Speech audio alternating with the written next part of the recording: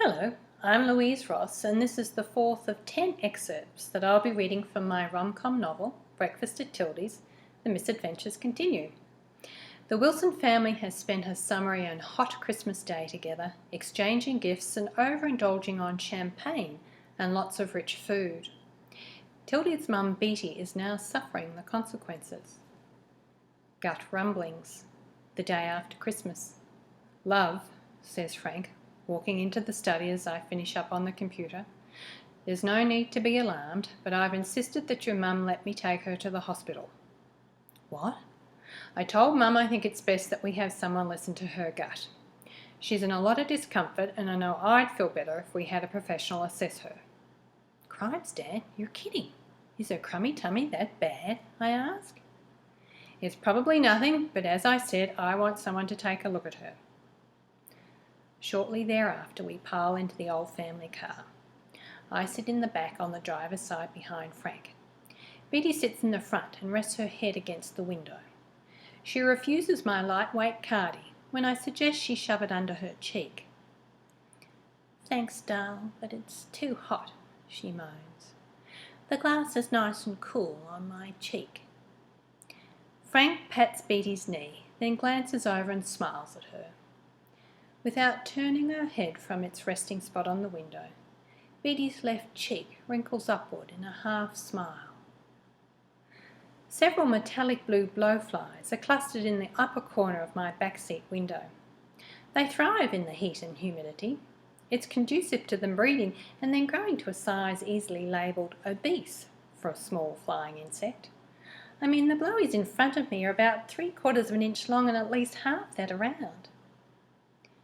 Every summer, when the flies are out in droves, Frank loves to tell the story about how the Chinese eradicated their flies by mandating all citizens with full swatting rights.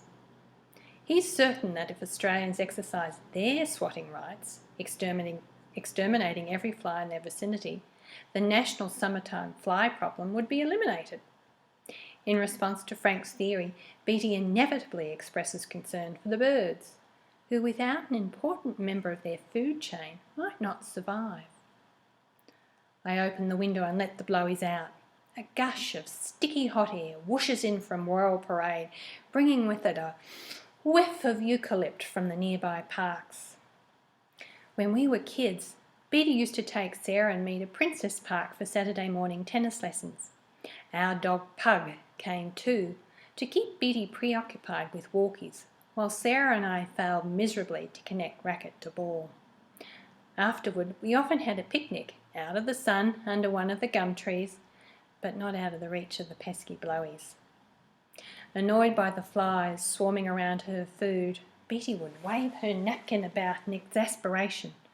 Occasionally she'd thump one to the ground, finishing it off with a resounding whack administered by the heel of her sandal.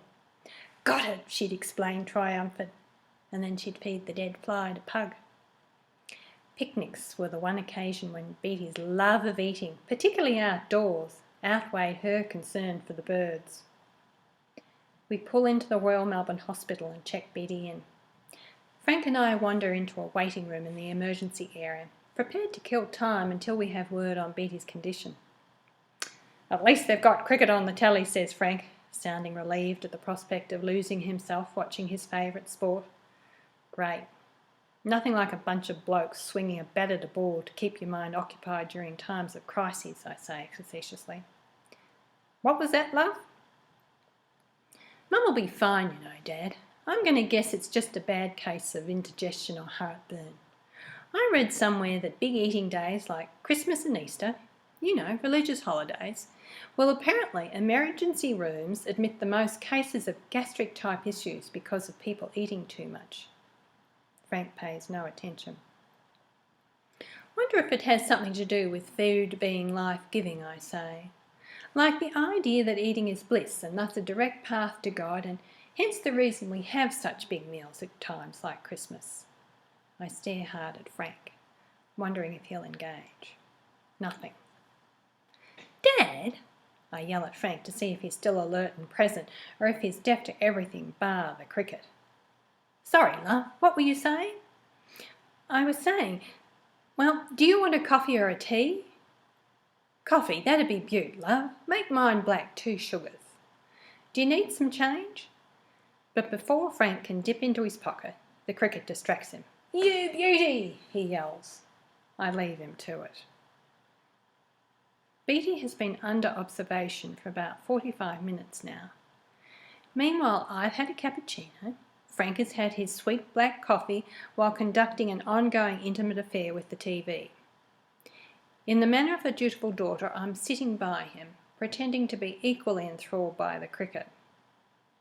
But I'm wondering how much longer I can keep up the pretense of interest, and how long it will be before we can collect Beaty and take her home.